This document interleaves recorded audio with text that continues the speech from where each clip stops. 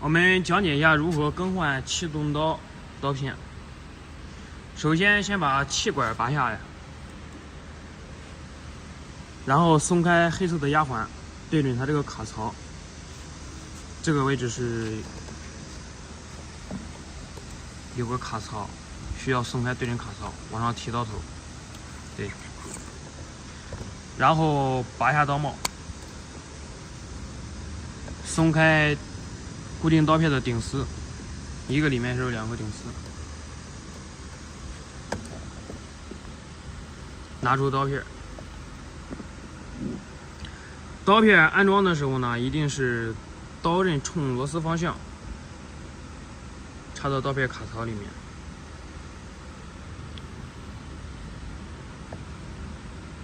刀刃冲螺丝方向，然后固定好顶丝。一共有2个顶丝，然后先看一下。